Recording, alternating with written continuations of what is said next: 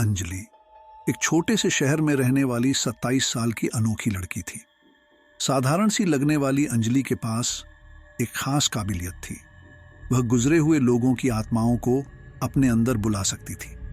इस अद्भुत शक्ति का इस्तेमाल करके वह लोगों को उनके प्यारे गुजरे हुए परिजनों से मिलाने में मदद करती थी। बदले में लोग उसे थोड़े पैसे देते थे। अंजलि 2 महीने से मिस्टर पटेल को जानती थी। मिस्टर पटेल अंजलि को उसकी मदद के लिए काफ़ी अच्छी रकम देते। अपने छोटे भाई की पढ़ाई पूरी करने के लिए अंजलि के लिए ये पैसे बड़े ज़रूरी थे। अगर मुमकिन होता तो अंजलि मिस्टर पटेल की हर दिन मदद करती, पर बार बार आत्माओं को शरीर में बुलाना उसे बहुत थका देता था। जब भी अंजलि के क्लाइंट्स अंजलि से मिलते थे, वो उसके साथ लिविंग रूम में बैठते थे। उन्हें जिस गुजरे हुए व्यक्ति से बात करनी होती, उस व्यक्ति से संबंधित कोई चीज़ वो अंजलि को थमाते थे। अंजलि फिर इन आत्माओं को अपने शरीर में बुलाती।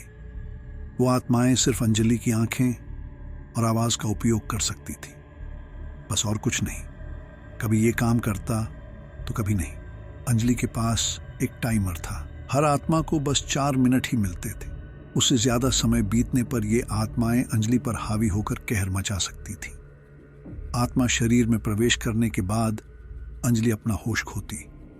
वो अपने दिमाग के एक अंधेरे कोने में आश्रय लेती। उसने खुद को इस तरह से ट्रेन किया था कि जब उसके टाइमर की घंटी बजे, उसका शरीर उसके दिमाग को जागने के लिए कहता। मिस्टर पटेल एक 80 साल के सीनियर सिटीजन थे, जिन्हें चलने के लिए लाठी का सहारा लगता। उनके पास हमेशा एक कपड़े का सफ़ेद छोटा सा टुकड़ा होता, उनके खोए हुए प्रियजनों के कपड़ों से लिया गया, जो उनकी आत्मा बुलाने काम आता। उसी के साथ उनके पास हमेशा एक छोटा सा लिफाफा भी होता।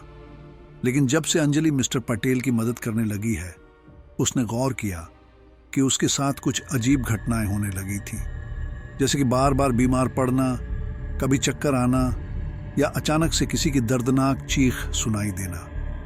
पिछली बार ऐसा लग रहा था कि जब अंजलि बेहोश थी, मिस्टर पटेल ने टाइमर से छेड़छाड़ करने की कोशिश की थी। वो मिस्टर पटेल की ओर मदद करने से हिचकिचा रही थी, पर अपने भाई की स्कूल फीस के लिए उसे ये करना पड़ रहा था। इस बार मिस्टर पटेल से मुलाकात के वक्त अंजलि ने अपने रूम में एक कैमरा लगाया। उसे ये जानना था कि मिस्टर पटेल किससे बातें करते हैं, क्योंकि हर बार वो अंजलि को एक अलग नाम देते हैं। उसे लग रहा था कि शायद वो उससे झूठ बोल रहे हैं। मिस्टर पटेल ने अंजलि को हमेशा की तरह एक कपड़े का टुकड़ा दिया और रामलाल नाम कहा।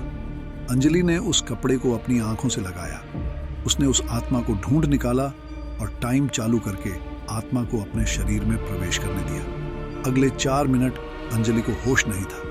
फिर अलार्म बज गया। जब अंजलि जागी तो अंजलि की आंखों में आंसू थे और उसे मायूसी महसूस हो रही थी। मिस्टर पटेल ने अंजलि को उनकी मदद करने के लिए शुक्रिया कहा और उसे हमेशा की तरह पैसे देकर निकल गए। उनके जाने के बाद अंजलि ने कैमरा का रिकॉर्डिंग देखा।